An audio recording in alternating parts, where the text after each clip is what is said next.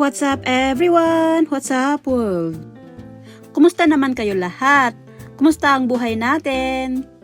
Anyway, alam niyo ba ang pupuntahan natin ngayon?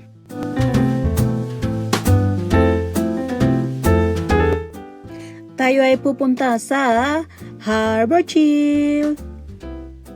Mapuntahan nga natin ang sinasabi nilang Harbor Chill dito sa Wan Chai at tayo ay mag-chill-chill lang. Pero bago ang lahat, pagmasdan muna natin ang scenery na iyan. A bit pleasing to the eye, no? Tara, lakad na ulit tayo at nang makarating agad sa ating pupuntahan. Andito na tayo sa Harbor Chill. Ay wow, ang ganda naman yan, oh. But maybe it's better at night because these small light bulbs will light up and shine in the dark, giving light and creating a unique atmosphere in the environment. Those who have jowa there, you can also come here. There's a special romance especially at night. Yung parang candle lights date ba? Wow, ang soft and cozy naman. Oh, tignan nyo guys. Very spacious, malinis pa. Puntahan nga natin yung nasa harap at tignan natin kung anong style yan. Ang ganda oh.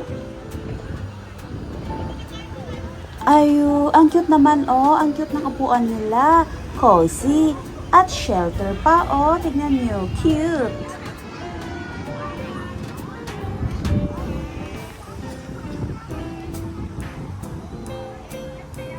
May lamesa pa sa kalagitnaan where you can use for placing items like foods or personal belongings. O diba, Kanet? At eto pa, may waiting shade sila na kakaiba. Unique ang estilo niya, no?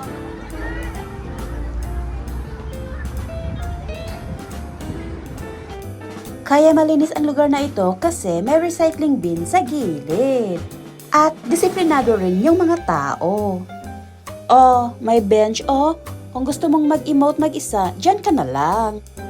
At kung ikaw ay nauuhaw na sa pag-i-emote, abay, may pa-free drinking water sila, oh.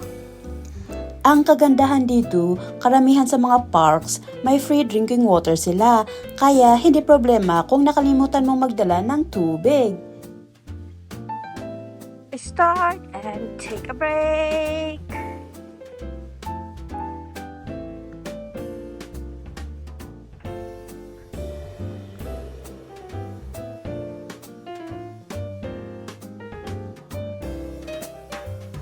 Bravo! At dito naman banda ay slides for kids.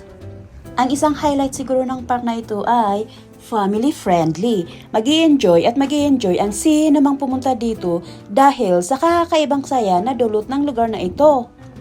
Sa mga kapwa ko OFWs na hindi pa alam ang Harbor Chill, this is situated to the north of Hang Hing Road and east of the covered walkway of Wan Chai Ferry Pier. And it is very accessible from the ferry pier or Wan Chai temporary public transport interchange by walking about 3 minutes or from MTR Wan Chai station exit A2 by walking about 15 minutes.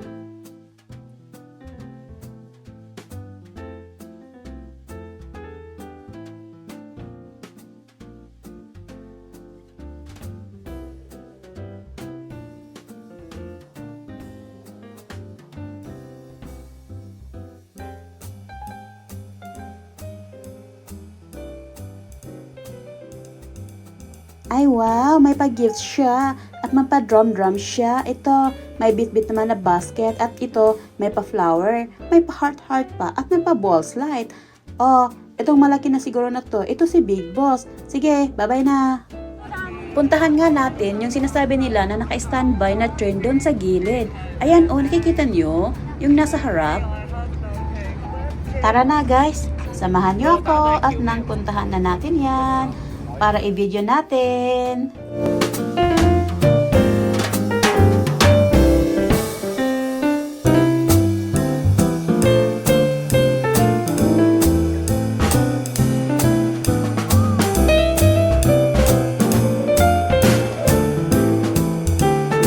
Teka, tignan nga natin yung nakasulat. Oh, to be repaired. I see. To be repaired pala ito. Pasok tayo. Pasukin na natin guys. Tingnan natin ang loob. Ganito pala. Ganito pala ang makikita sa loob. May upuan. Aba, normal, may upuan nga.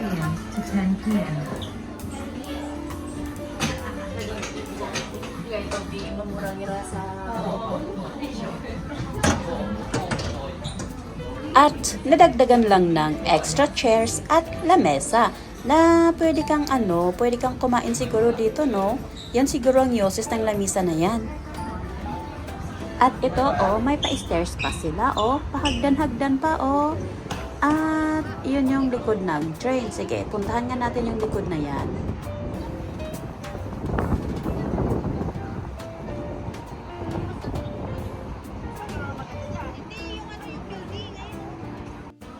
Oh, sorry.